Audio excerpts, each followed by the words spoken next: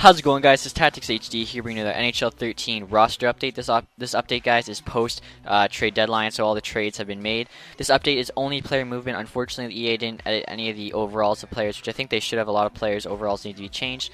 Anyways, guys, all player movement. I'm just going to be showing you guys how the NHL lineups have changed. Obviously, there were prospects that were moved to different teams, as well as picks, as well as minor league players. I'm only going to be showing you the NHL players that have been moved just to save time. It's more really the only relevant thing. So without further ado, guys, we're going to start off with Anaheim. Anaheim added Matthew Lombardi in exchange for Brandon McMillan, who went to Phoenix. That was their only move, though. Boston had a couple of good moves, I think, and a couple of veterans, but really good players in Jaromir Jagr. They had to give away a first-round pick and a couple of prospects. As well, they added Wade Redden for a 7th-round pick.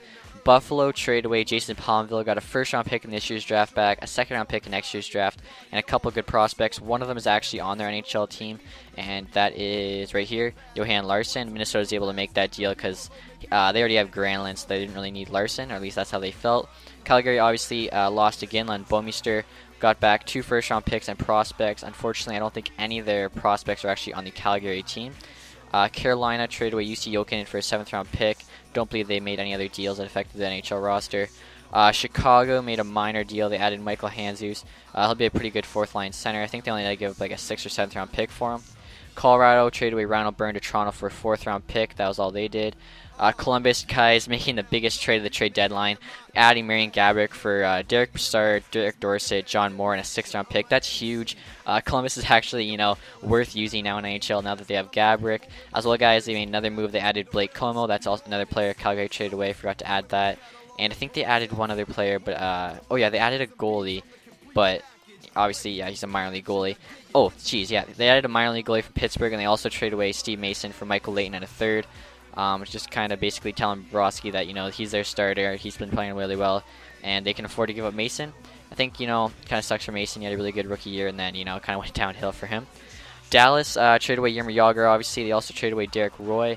In regards to NHL players they got back, I don't believe they got back anything. I know for Jagr, they got back a first and a couple prospects. Roy was a 2nd and a prospect. So NHL roster was the same. Detroit, like usual, did nothing on trade deadline day.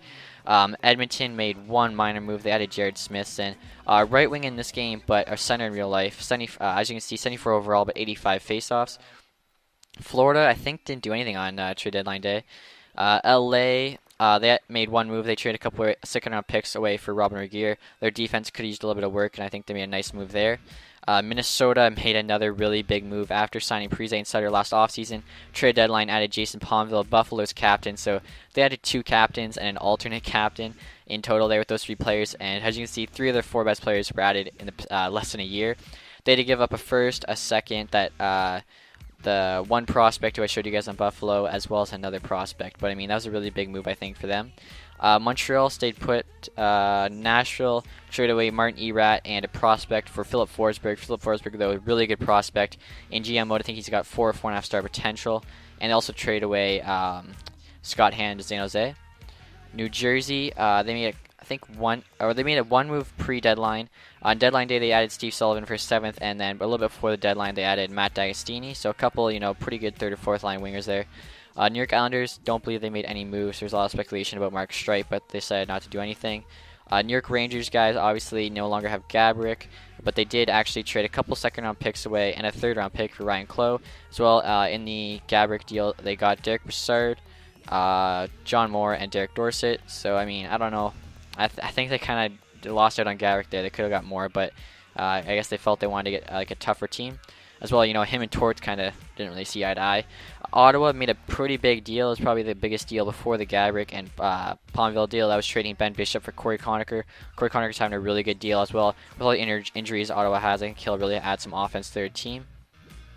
Philly, obviously, guys, like I showed you on Columbus, they traded for Steve Mason. So I think there's some speculation they're going to buy out Brizgalov. It's going to cost them so what is it going to be, $2 million over 14 years for a total of $28 million. They buy him out, and they're actually thinking about it. So that's kind of crazy. And they also got a 3rd-round pick. They gave away that 3rd-round pick to get Mason. Don't believe they made any other deals. I'm just kind of double-checking, but I think that was it. Pronger's still on their team. I don't know why they don't just remove him. He's injured for the rest. He's not coming back to NHL, so it's kind of stupid Philly fans getting to use him if he's not even in the NHL. Phoenix, obviously, guys, traded away Lombardi. Brandon McMillan, who I showed you earlier. They also traded away Sullivan for a 7th, and they also traded away Rafi Torres to San Jose for a 4th or 5th, something like that, and that was about it for them. Pittsburgh guys probably having the biggest trade deadline. Obviously, they added Jerome McGinley, a huge deal, trading away a 1st and a couple college prospects, adding Brennan Morrow. Also, they added Douglas Murray, and then they also added Yusin Jokinen for only a 7th. So I think they got a lot better. Fortunately for them, Crosby's hurt indefinitely, so we'll see how long it takes for him to come back. San Jose, the guys, like I said, traded away Klo, Handzus, and Douglas Murray, but they did add a couple players in Scott Hannon as well as Rafi Torres. St. Louis guys, they actually made a really big deal adding Jay Polmeister, trade away a 1st, Canardi, and another prospect. And I think that was the only moves they made. Tampa Bay obviously traded away Corey Conacher for Ben Bishop. I think Ben Bishop should be much higher than a 73 overall. Steven Mason's an 81. Mason should probably be like a 78. And Ben Bishop should also probably be a 77 or 78. Probably 78, equal with Lindback, since he's actually going to be the starting goalie for Tampa now. Also, guys, forgot to show this. Where is it? Tampa Bay also traded away Marc-Andre Bergeron. You don't see there. And Bergeron is now on Carolina. Let me go to Carolina really quick. I forgot to show that. There he is. So I knew there was going to be like one transaction I forgot, but I did remember once I seen the second team. So Toronto guys made one move. They traded a 4th-round pick for Ryan O'Byrne. Vancouver, they actually, I think, made a really nice move adding Derek Roy to replace Kessler for the time being. They traded away a 2nd-round pick and a prospect, and Roy, he's a really good player. Washington, like I said, traded away Philip Forsberg for Erat as well. They got another prospect from Nashville. Obviously not as good as Forsberg, but still a decent prospect. Winnipeg made one minor move that was adding Santorelli from waivers. I think that's a pretty good waivers pickup. Don't really know why Florida put him on waivers, but anyway, guys, that's all the transactions that happened. I'm going to show you guys what the team overalls are. I'm going to go annoy somebody right now by going into online versus playing, not playing them, but just going to quickly show you what all the team's overalls are. So guys, these are their overalls with the injured players being out. So obviously Pittsburgh doesn't have Crosby right now. If they did, their offense would be 4.5 stars. It's probably about 4 stars right now. So that's just something to take into consideration. So yeah, as you can see, Pittsburgh does have 4. So Detroit's 4, 4.5, 4. Edmonton 4, 4.5, 3.5. I'm not going to say it all, but you guys can kind of look. Florida and Toronto are actually tied for the lowest rated teams in NHL 13 right now. I think if Toronto was healthy, though, they would be higher rated. So right here, guys, are all the overalls you can look at. As you can see, like I said, Toronto's pretty low. Vancouver's gotten higher. Washington's not looking too good. But yeah, guys, this is how the video is going to end, just showing you all the teams' star ratings. And that's it, guys. Hope you enjoyed this video. A lot of roster moves to cover. I think I covered it all. I don't have a notes or anything in front of me. That's just me going through my head. I pretty much watched. I pretty much looked at every single trade on TSN, so that's how I knew everything. But hopefully I didn't miss anything, and hopefully EA comes with another roster update, just changing some overalls. Besides that, guys, hope you enjoyed this video. Thanks for watching. Stay tuned for more NHL 13 videos, and have a nice day, guys. Goodbye.